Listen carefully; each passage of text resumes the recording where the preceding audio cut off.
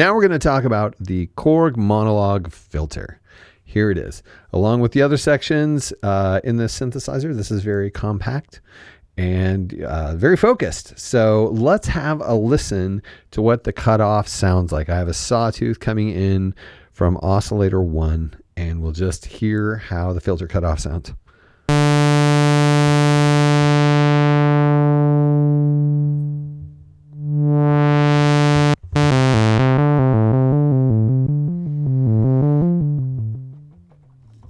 You might notice that we get down to the bottom of the filter cutoff and you can still hear some sound. That's because this filter is a 12 decibel per octave filter. And I'm so happy to see 12 decibel per octave filters being featured in analog synthesizers today, because we love the 24 decibel per octave sound, but 12 decibel per octave, there's a lot of classic synthesizers that have that sound, and it's a very useful and attractive sound, especially in a solo synth. So that's awesome.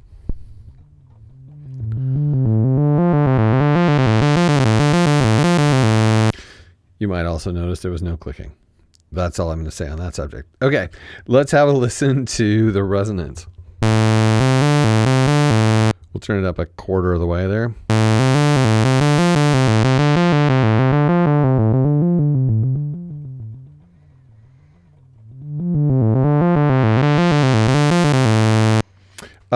It's a very rich filter. It actually, though, it doesn't have the rasp that 12 decibel per octave filters typically have, but it also doesn't sound like a 24 decibel per octave filter.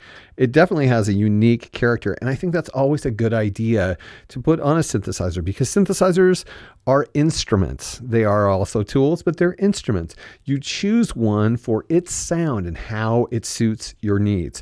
And so they need to be different. They need to have different character so that you can find the one that suits your character. Let's turn the resonance up halfway.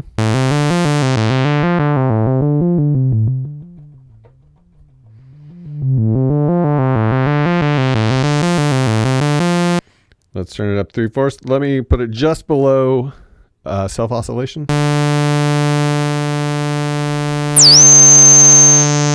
Okay, let's try that.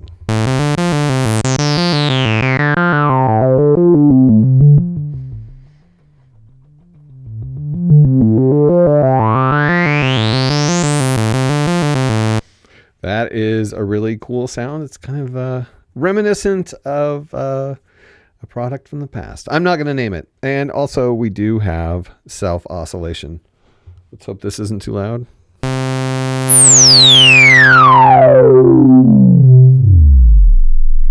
Wow.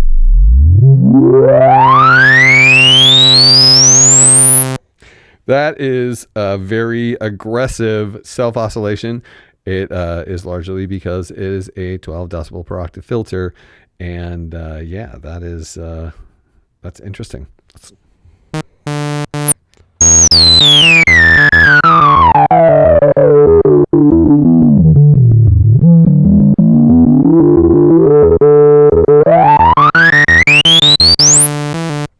Really cool, actually. So you might be saying to yourself, okay, is that the filter? Well, technically, no. Well, no, literally no. We have the ability to affect the filter with the envelope and with the LFO, but I'm going to talk about those things in the envelope and LFO videos. So right now, we're not done with the filter, actually, even though we don't see the functionality. There is some hidden functionality that we can access. We go into edit mode. Choose program edit, which it's on. Come over here to the 4th button. And there we have LFO BPM sync. Okay, we have to go deeper. Cutoff key track. Yes, you have the ability to use the keys as a modulation source for the filter, which affects the filter. The lower the note, the more closed the filter is, the higher note, the more open the filter is. Now you might notice that we only have 2 octaves to work with. So that does give us some limitations as far as scope. But they've given us 2 options. We have 0, which we've been listening to. We have 50% and we have 100%. Let's listen to 50%. Whoa.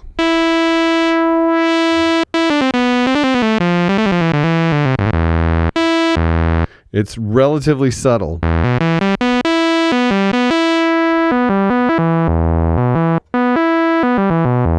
You can, I'm hoping you're hearing it. And then we have 100%,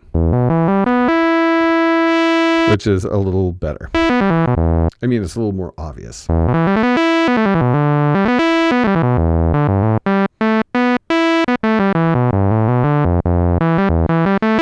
Now, I imagine if you were controlling this from a MIDI controller, the difference would be a lot more obvious. Because we would have more octaves to work with to sense the effect. But even so, this is a very tasty setting for a 2-octave synthesizer for cutoff key tracking. So there is that function, and that sounds awesome. We actually have more. We have cutoff velocity. We have 2 settings there too. We have 50%. The harder or the faster I play the note, the brighter it is.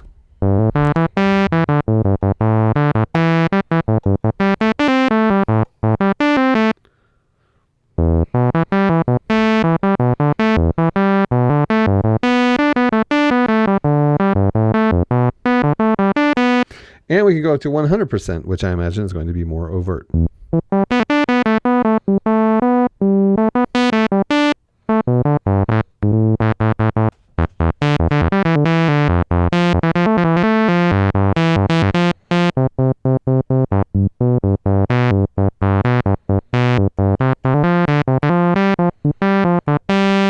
Which is really, really nice. I really appreciate that function being in there because it has some really nice outcomes. Typically, I don't play with velocity because I use more vintage synthesizers. But when velocity can be used to control the filter, I have a soft spot for it. It sounds really, really cool and allows you to basically engage in modulation. It's another modulation source, which is awesome. And in this particular instance, it sounds really nice.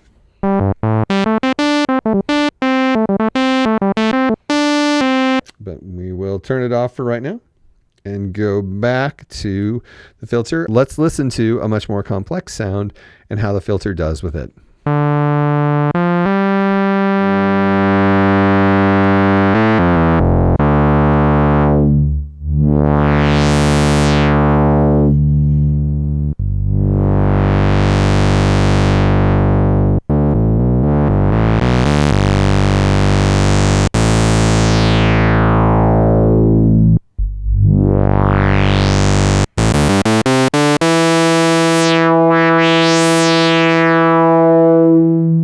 It's a very nice filter sound. Hey, one thing that we did not do while we were in there was do filter tracking.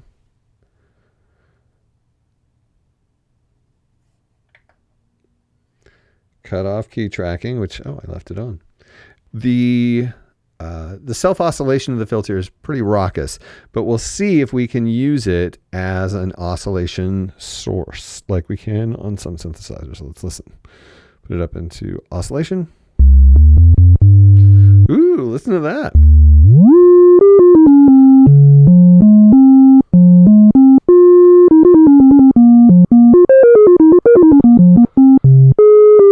Very, very clear, very, very nice. This is self-oscillation you can use as an oscillator. Right now, if you'll notice, the mixer is off. There are no oscillators. You're just hearing the self-oscillation of the filter. Push it up all the way into resonance and then set your cutoff key track to 100%, and you can play the self-oscillation, the sine wave self-oscillation of the filter like a tone source. And it sounds really, really tight. So let's add an oscillator and tune it to it.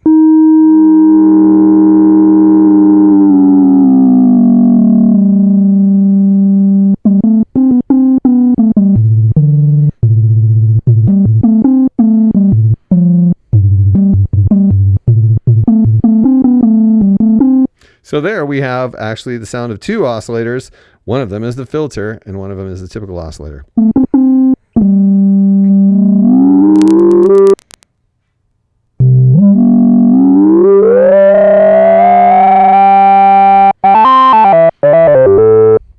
Knock it off.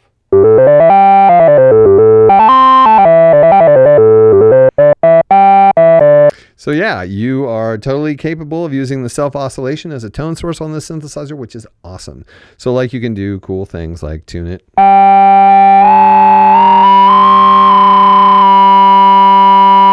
And then tune the other oscillator.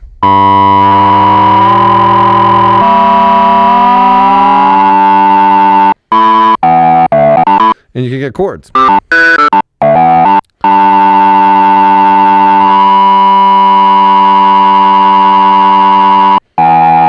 Weird chords, but still, it's a really cool function, and you can use that as an authorship tool.